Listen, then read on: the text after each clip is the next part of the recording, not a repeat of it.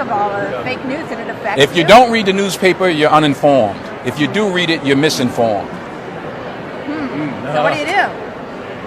That's a great question. They do not want your children to be educated.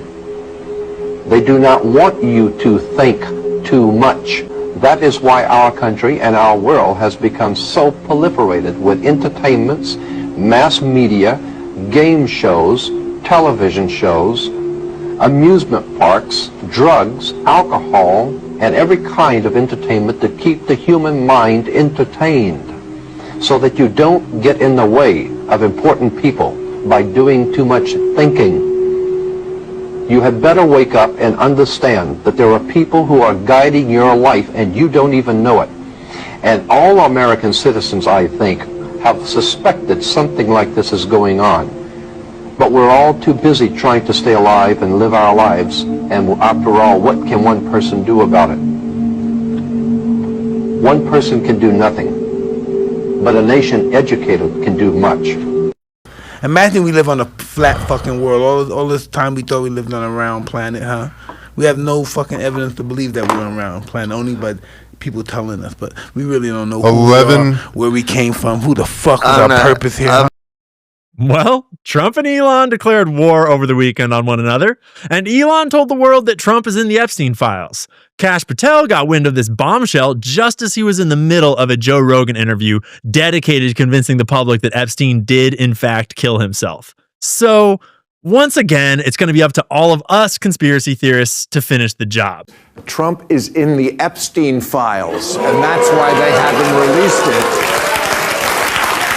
We are deep in the trenches on conspiracy theories. Like, we're just like sitting in there, reading things, going back into history, understanding what's being covered.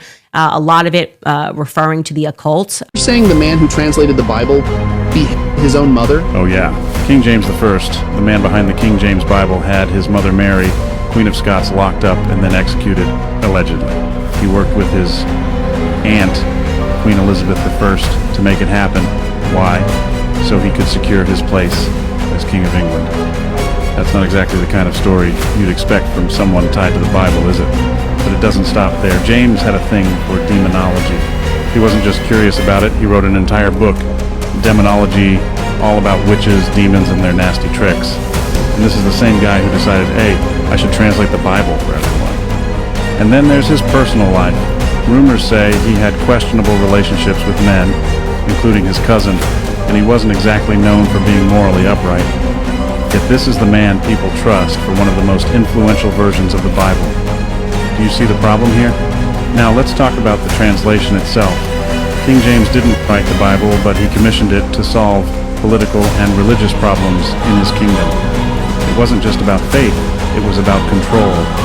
He needed a version of the Bible that supported his rule and brought peace to a divided nation.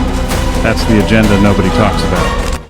Humans, for the most part, don't have a clue. They don't want one or need one either. They're happy. They think they have a good bead on things. Well, why the big secret? People are smart. They can handle it. A person is smart.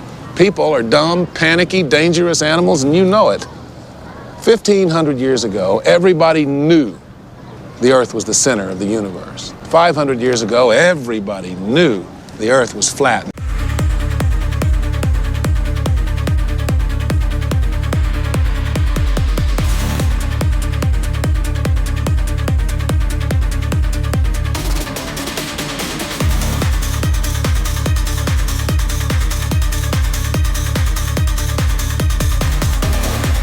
This is crazy. This is all crazy.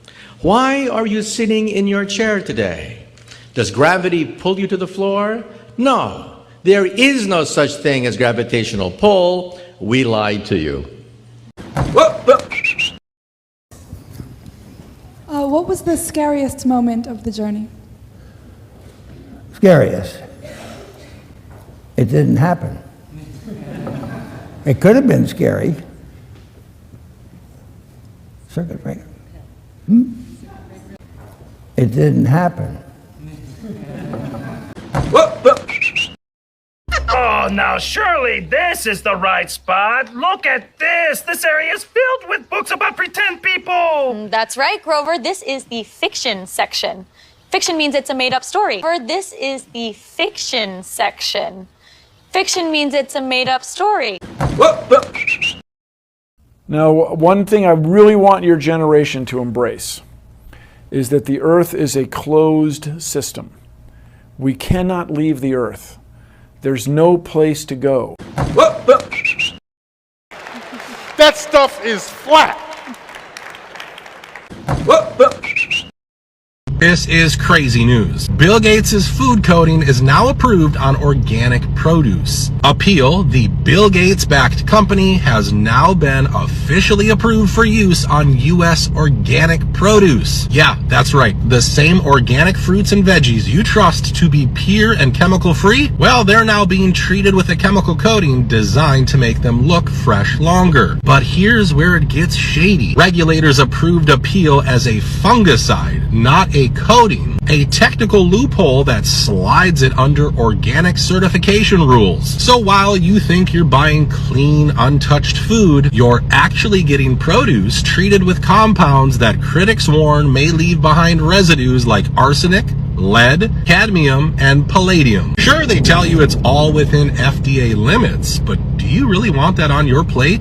On X, backlash is exploding. People are calling it a betrayal of the organic label, slamming Bill Gates' involvement, and even reporting rubbery, weird textures on bananas and avocados. Some grocers are already banning Appeal. But here's the bigger question nobody's asking. If the organic label can be quietly compromised, what's next? And how much of what we're eating is already part of a system we never agreed to?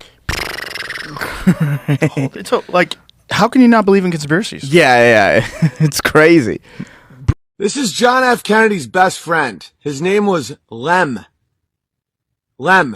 He was a homosexual.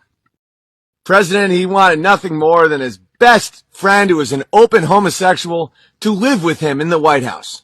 How dare you go after John F. Kennedy? He was a veteran war hero.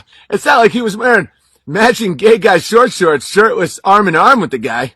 Oh yeah? What about this? Arm in arm in matching short shorts. John F. Kennedy, of course, being shirtless, and his studly homosexual best friend that he stays close with his entire life, smiling like he just sucked a dick. How dare you, Big Bear? How fucking double dog dare you? I'm a baby boomer. Okay? That clearly is just two young men. One just so happens to be a homosexual. There's nothing gay going on there. It's not like they're petting a dog together or anything. What if they're petting a little puppy together in white linen pants?